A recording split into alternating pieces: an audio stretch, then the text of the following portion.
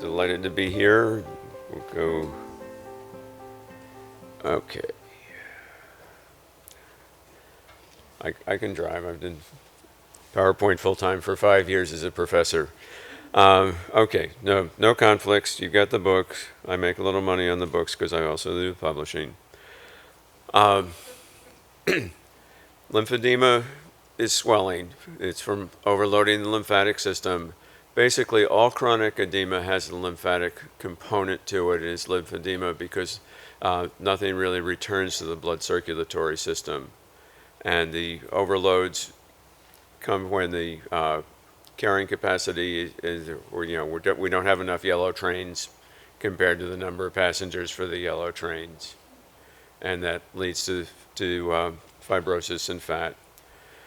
Lipedema is complicated. We don't really understand lipedema. There is an effort underway to develop a new standard of care and new diagnostic criteria, but it has many components to it. There is a lymphatic component to it. There is lymphatic abnormalities in the very early stages of lipedema. There's visible lymphedema swelling in the later stages. It's considered a fat disorder. It's also considered to be a connective tissue disorder because there are collagen abnormalities that affect the way the fat cells expand. And frequently, women with it also have Ehlers-Danlos or hypermobility. The book that you have and the research was inspired by William Lee's work on eating to starve cancer. And he had been part of the team that developed some of the cancer-fighting drugs that interfered with the growth of abnormal blood vessels. It's a process called angiogenesis. And he found that there are foods that have very similar effects to what they were using for the drugs. And this inspired us to start taking a look at this. I had been involved in lymphedema for 15, almost 20 years now. I started doing some research around 2010 looking at anti-inflammatory foods. And then around 2014, we put together a team that wrote this book. And we started to look at foods that will fight the abnormal symptoms, signals, and promote health, and starve these conditions by minimizing the foods that making them worse. We started with looking at things that affect VEGF, which is I'm not going to go into that. It's a vascular endothelial growth factor. It's one of the biological symptoms that signals it's involved in both lymphedema and lipedema as well as cancer. But we found looking for linkages because my background is engineering and systems analysis, so we want to find things that fit together. And we found 7 primary areas that we wanted to focus on in ways that affect the ways that foods affect the way the body reacts. And I'll take you through each of these very quickly and what we recommend. And we view lymphedema as being a gut issue, and because for a couple of reasons. Over half of the lymphatic system is in the gut, and more than half of all lymph comes from the gut, particularly half of the lymph in the body comes from the liver. But the gut bacteria, or the gut microbiome, plays a key role in almost everything.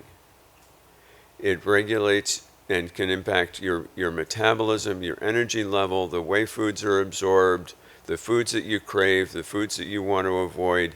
The microbiome regulates estrogen levels. So when you have abnormal estrogen levels, that's because the microbiome is in a state of what we call dysbiosis. It can be symbiosis, which is sort of optimum, and dysbiosis, which is not optimum. There's trillions of bacteria. We can't live without them. We are codependent on all of these bacteria. And what changes is the balance of the bacteria and which kinds are more prevalent, which kinds are less prevalent. you have pathological bacteria in your gut all the time, not a big deal, small numbers, and balanced out by the other bacteria. But it's really, from our viewpoint, it's really about the gut microbiome. So, factor one, the lymphatic system is responsible for the delivery of fats from the small intestine into the bloodstream. And if you're eating a lot of fat, this can increase the load on the lymphatic system because it's simply more fat that has to be carried. And you can minimize this by not eating too much fat, eating more of the short and medium chain fats, which are not processed through the lymphatic system. They're absorbed directly through the wall of the small intestine. And then the number two factor is fatty liver disease and other forms of liver disease. Obesity and fatty liver disease are very, very highly correlated. Almost everyone who is obese has some degree of fatty liver disease. The liver produces half of the lymph in the body when it's healthy, but if the liver gets unhealthy, the lymph output goes up, and it can go up to as much as 6 to 10 times normal, which is just flooding the central lymphatic system. And we're a little bit out of order. You'll learn more about the lymphatic anatomy after lunch. But this can really be a factor in overloading the lymphatic system. It can lead to swelling. It also, when you have fatty liver disease, it leads to muscle weakness. It makes it harder to exercise. You actually have less energy, less ability to move. And it, of course, feeds into gut dysbiosis and other issues. And one of the key drivers of fatty liver disease is fructose. And fructose is, as I'll explain, is a form of sugar, and it is metabolized differently, and it goes to the liver and it gets converted into fat. So the corrective changes are minimizing the fats, increasing choline from your green leafy vegetables, eggs, seafood, and omega-3 fats, which are an important factor in liver health. And many people have gotten away from eating eggs and eating other things so they're not getting enough choline to help keep the liver happy. And then, of course, inulin fiber, I'm not going to talk about that much detail today, but it's explained in the book, is a key factor in keeping the gut and the liver happy. So gut dysbiosis, in particular, what we're concerned about with the imbalance of the gut microbiome is the overgrowth of a class of bacteria called gram-negative bacteria. This includes E. coli. There are many varieties of E. coli, some of which are actually beneficial, some of which are actually quite toxic. But the characteristic of gram-negative bacteria is that they have a tough outer shell made of something called endotoxins or lipopolysaccharides. And lipopolysaccharides, if you untangle that, it's fat and a long chain of sugars. And these particles survive after the bacteria die and enter the gut, enter the bloodstream, and trigger the immune system. And they're very tough particles. They'll survive boiling for 30 minutes. And that's a key factor to it because the endotoxins stop the pumping action of the lymph vessels. And they make the lymph vessels leaky. And this is a key mechanism in why you get so much inflammation that extends beyond the gut from this gut dysbiosis. And there are a number of factors that can contribute to dysbiosis, one of which is antibiotics. And of course, if you've had cellulitis, you've had antibiotics, which disrupts the balance of bacteria in the gut. But particularly a diet high in refined carbohydrates, where you have lots of sugars, you have lots of fats that promote the growth of the of the gram-negative bacteria, and if you're not getting enough inulin and other fibers. So this is, to correct this, we try and minimize the refined carbohydrates, increase the inulin, and fermented foods help to restore the proper balance of the gut bacteria. And the gut bacteria and the endotoxins, among other things, feed into gut permeability. This is where the mucosal barrier in the small intestine is damaged, permitting things to escape from the intestine that shouldn't. And there are a number of things that will do this, including gluten. There are many forms of gluten sensitivity, and many people react to gluten, and gluten is a highly refined carbohydrate in itself. But it's not just people with celiac disease who should be avoiding gluten. It's something that many people should avoid, because it raises the blood sugar quickly, it promotes the gut permeability, and it feeds into fatty liver disease. And then maltodextrin also plays in here, and I'll talk about that in a minute. So the corrective actions for improving gut permeability are avoiding gluten, minimizing alcohol intake, and increasing inulin fiber intake. And then factor 5 is leaky lymphatics. So this is caused by the endotoxins and the other factors. And it can also be improved by increasing L-arginine. And this is the leaky lymphatics result from the factors that I've discussed previously, but you need enough arginine to keep the lymphatics together, and so you want to increase arginine from foods that, like fish and soy and lentils, and foods that provide the basis for nitric oxide.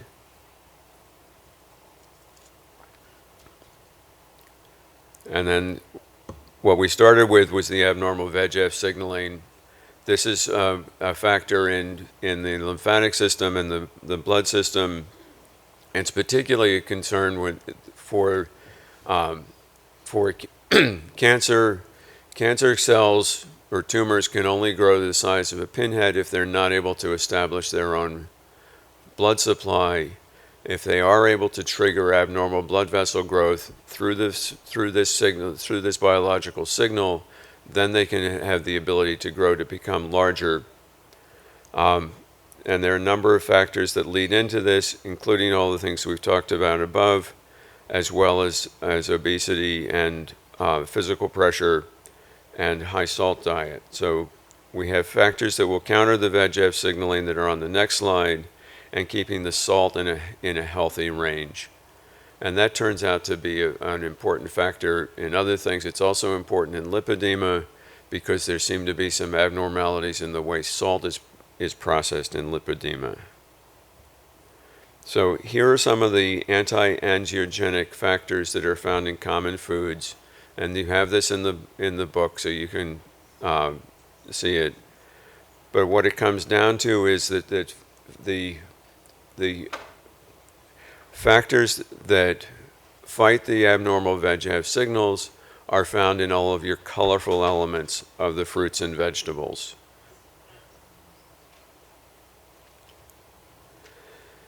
And then we have two kinds of essential fatty acids, or a number of kinds of essential fatty acids, but the two kinds that we focus on most are called the omega fatty acids. There's the omega-6 fats and the omega-3 fats.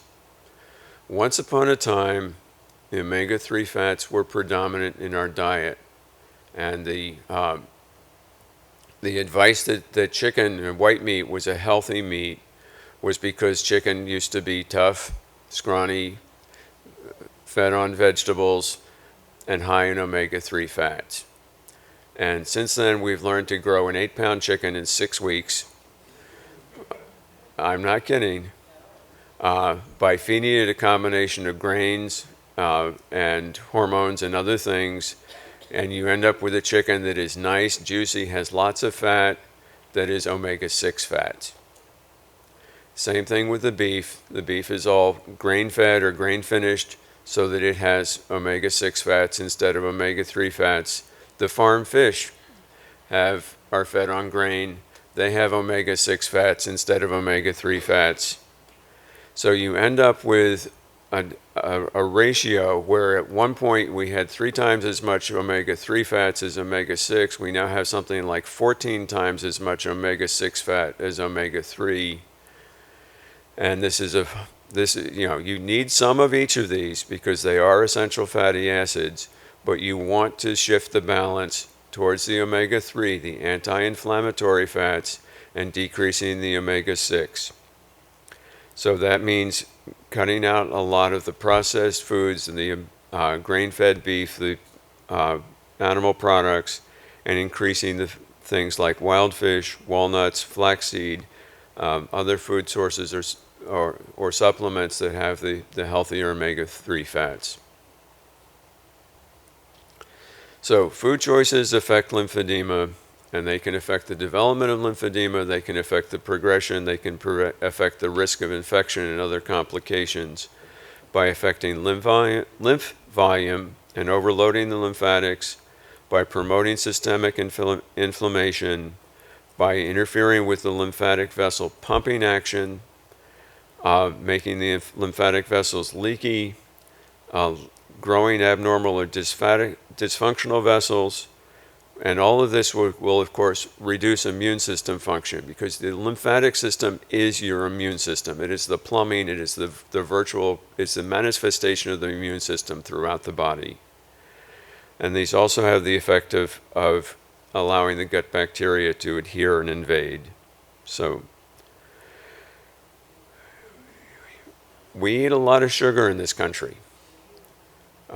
And it's come down a little bit, but it's still pretty high.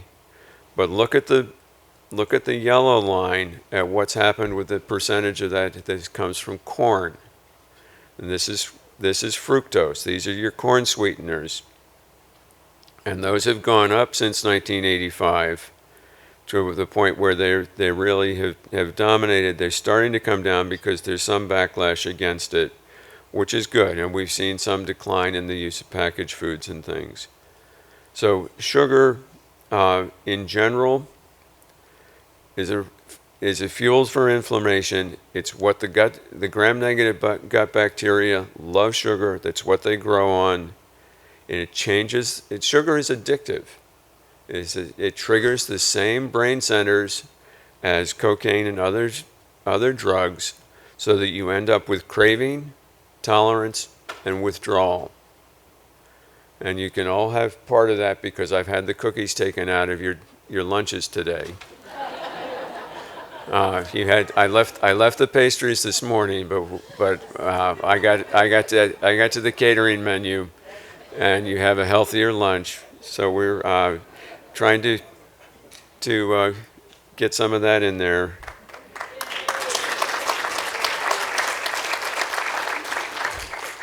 And cancer cells love sugar. They have a special way of digesting it. And fructose is normally 50% of sugar, unless it's a unless it's a corn sweetener, in which case it's 55 to 90% fructose. And this is a driver of non-alcoholic fatty liver disease because a small amount of fructose can be absorbed in the small intestine. A large amount goes to the liver where it's converted to triglycerides and stored as fat. And the liver is a major source of lymph, and as you disease the liver, the lymph output goes up. Now, we recommend a whole foods diet, and we rail against packaged foods. And one of the reasons for that, this is one example of a food additive. This is maltodextrin. Maltodextrin is made out of corn. It's a processed cornstarch product. It is very prevalent. It's in 60% of packaged foods. Most people are eating it 3 times a day. If you've ever seen a little packet of powdered artificial sweetener, well, those packets are mostly maltodextrin because the actual sweetener is so tiny you'd think the packet was empty and you wouldn't pay for it. So maltodextrin raises the blood glucose very quickly, but it also changes the gut bacteria. It changes the E. coli, it changes the other gram-negative gut bacteria so that they become adherent and invasive. This means they can break down the barrier, the mucosal barrier in the small intestine. They can colonize the intestine, which means that you end up with many, many more gram-negative bacteria. They're not just passing through as part of the contents. They've set up housekeeping. And whenever more sugar comes through, they can multiply and divide. And they can, the bacteria can invade the macrophages and spread to other parts of the body. So this is one example of a food additive you want to stay away from. So what do we recommend? And we're talking about food patterns. You won't hear me talking about diets because I want you to find an eating pattern that works for you, that you can stick with for the rest of your life. The best way to gain weight is go on a diet and go off of it. So we recommend whole foods, mostly plants, many colors, fermented foods daily, herbs and spices, minimizing sugars, particularly fructose, refined carbohydrates, limiting animal products, particularly those that are high in omega-6 fats, and whole foods because there's a whole laundry list of food additives that we want you to stay away from. So it's primarily greens and beans, lots of vegetables, some whole grains, fermented foods, soy that's not processed. You can have coffee, limiting nuts, particularly for lipedema, as was mentioned earlier. It's Brazil nuts. You want Brazil nuts from Brazil because the Brazil nuts that come from other parts of South America don't actually have much selenium in them. And you should have some, but not too many because you can overdose on selenium. It's one of the few things where you have to be careful. And chocolate is good, dairy, other things. And then we're rarely or never gluten, fried foods, processed foods. Other important factors. When you eat counts. Eating meals, eating 2 or 3 times a day, not grazing continuously throughout the day, not constantly walking around with your Starbucks addiction, because even black coffee does contain sugars in it. Trying to set up your day so that you have a fast of at least 12 hours between when you last eat and when you at night and when you eat again in the morning has been shown to reduce the risk of diabetes, cardiovascular disease, and cancer. And sleep affects metabolism, and this is important, and metabolism affects sleep. So it's important that you try and get 7 to 9 hours of sleep per night. Humans actually have been shown not to do well on less than 7 hours, even if you think you're getting by. And sugar-sweetened beverages, you want to stop for many reasons, including their effect on sleep. And you need to be sure that you get adequate zinc because that's important for sleep, especially in older people. And activity is important, but you need to change what you eat will help you become more active, will help you to deal with all of these other issues. And I'm doing breakout session 4. I'm talking both lipedema and nutrition. And otherwise, if you have questions, I will be around all afternoon, or you can email me. And that is right on time.